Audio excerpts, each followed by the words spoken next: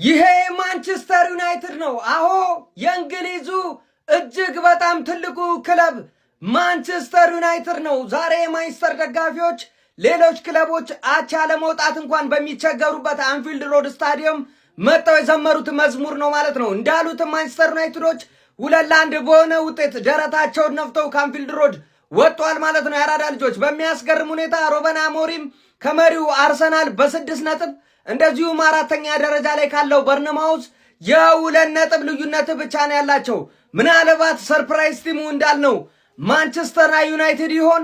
እኔ እንጃ። ሀሳብ አስተያየታችሁን ኮሜንት ላይ ያስቀመጣችሁ።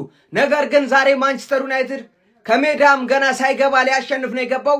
ሲወጣም እንዳለው አሸንፎ ነው የወጣው።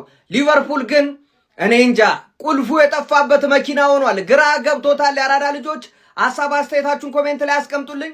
አራተኛ ተከታታይ ሽንፈት አርኒ ስሎትና ሰራዊቱ ገጥሟቸዋል። በዛ ላይ ደግሞ በማንቸስተር ዩናይትድ ሲሸነፉ ማገሩ ይናጋል። ኤፍኤስጂዎች ሁሉም ደስተኛ የሆኑ በሊቨርፑል የአራዳ ልጆች የፕላስ ምልክቶ እናንተና ሼር ኮፕሊንክ ይደረግ።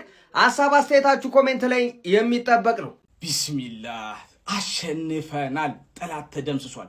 በነገራችን ላይ ዩናይትድ ደጋፊዎች ቪዲዮን ኮፕሊንክ፣ ሪፖስት፣ ላይክ ማድረግ እንዳይረሳ። ለሁሉም የዩናይትድ ደጋፊ ይድረስ። እውነት ጣፋጭ 3 ነጥብ ዛሬ እናደር ነበረ።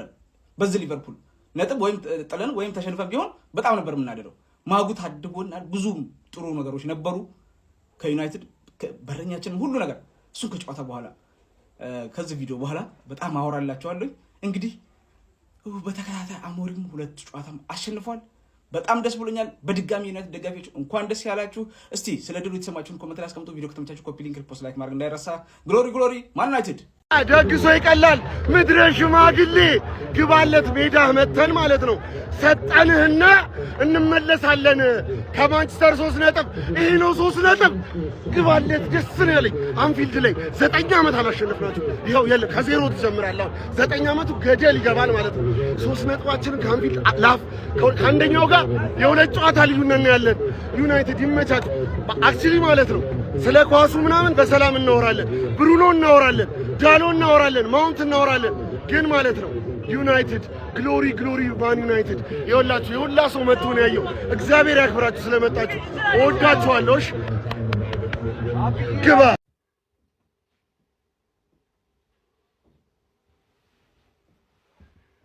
ምን ነው ጀማይ እንደዚህ አይነት ቆሻሻ ውርደት እኔ በህይወቴ ገጥሞኝም አያውቅም፣ አይቼም አላውቅም። ተከታታይ 4 ጨዋታ ስጥት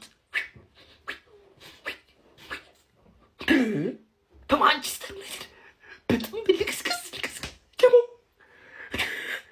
በማንቸስተር ዩናይትድ አንፊልድ መጥተው 3 ነጥብ ኩኑ ደግሞ 3 ነጥብ 2-1 አሸነፉ። አርሱት ቀለደብን። እነ ፍሪፖንግ ቀለዱበት፣ አንፊልድ ላይ ቀለዱበት፣ እነ ኬርኬስ ቀለዱበት፣ ማጉዌር ያገባብን። ምን አይነት ጥንብ የሆኑ ድንፌስ ያለን ደግሞ ምን አይነት ቆሻሻ። እኔ በህይወቴ እንደዚህ አይነት ውርደት አይቻልም። በህይወቴ ከ10 ዓመት በኋላ መጥተው ያሸነፉ ኪዳነ ምሕረት